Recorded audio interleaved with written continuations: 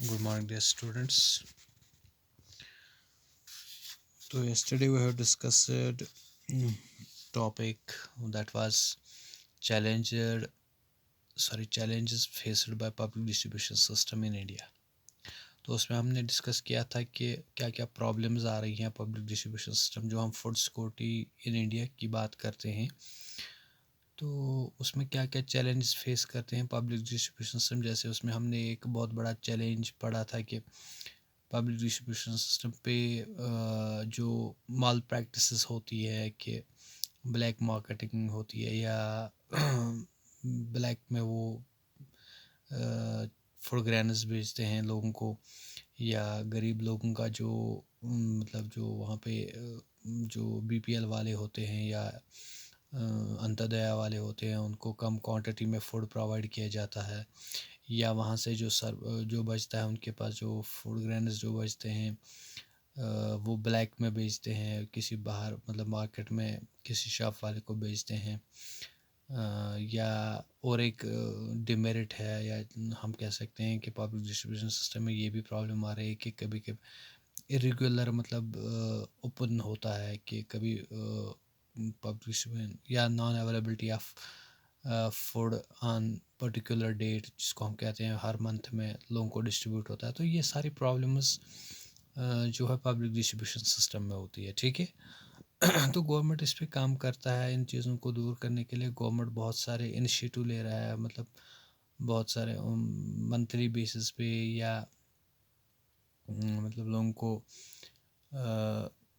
चावल या जो वीट है प्रोवाइड किया जाता है ऑन स्पेसिफिक डेट्स। तो आज का जो हम टॉपिक पढ़ेंगे, गवर्नमेंट के अलावा कुछ मतलब जो ऑर्गेनाइजेशंस है जैसे उसमें कोऑपरेटिव सोसाइटीज़ जो हैं बहुत अहम रोल अदा करती है हमारे मुल्क में to provide food security to people. अब फूड सिक्योरिटी चूँकि हमने हमारा जो टॉपिक है इसमें बहुत सारे लोग अहम रोल अदा करते हैं, उसमें से कोऑपरेटिव सोसाइटीज़ का बहुत अच्छा खासा रोल है to provide food security to people of the country. अब वही आज का टॉपिक है, role of cooperatives in food security. अब कोऑपरेटिव्स पहले हम देखेंगे कोऑपरेटिव्स होता क्या है। देखो कोऑपरेटिव सोसाइटी की अगर हम बात करेंगे, कोऑपरेटिव सोसाइटी मतलब हो गया सोसाइटी मेड अप ऑफ मतलब बहुत सारे पीपल जो होते हैं, बहुत सारे लोग जो होते हैं, वो क्या करते हैं विथ देयर कॉपरेशन।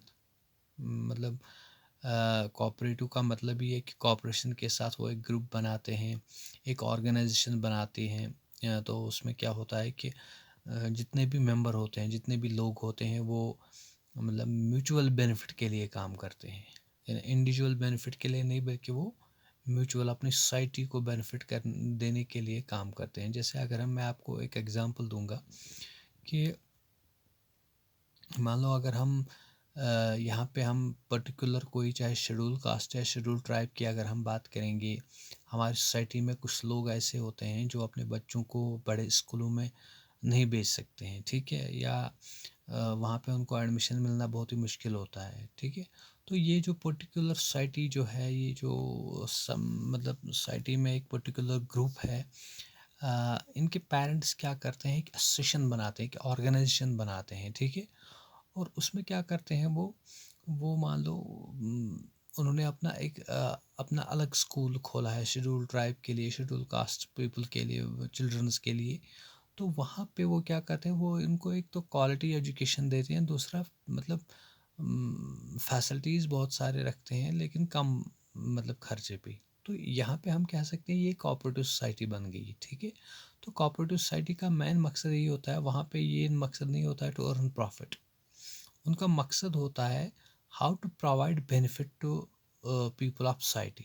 हम सोसाइटी को कैसे मतलब फ़ायदा पहुंचा सकते हैं, हम कैसे उनको चीज़ें दे सकते हैं एट वेरी रीजनेबल प्राइस पे, कम प्राइस पे एज़ कम्पेयर टू जो मार्केट प्राइस है।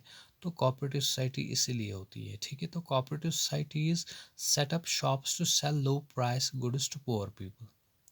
तो कोऑपरेटिव सोसाइटी का जो मेन मकसद होता है कि ये जो ग्रुप होता है, ग्रुप ऑफ पीपल जो म्यूचुअल बेनिफिट के लिए काम करते हैं, एक दूसरे की मदद के लिए काम करते हैं। तो इनका मकसद ये होता है कि वो शॉप्स जो स्टार्ट करते हैं, वो जो दुकान स्टार्ट करते हैं, ठीक है, उनका मकसद होता है कि गुड्स हमें प्रोवाइड करने हैं गरीब लोगों को at a very low price, मतलब बहुत ही कम खर्चे पे, बहुत ही कम कास्ट पे।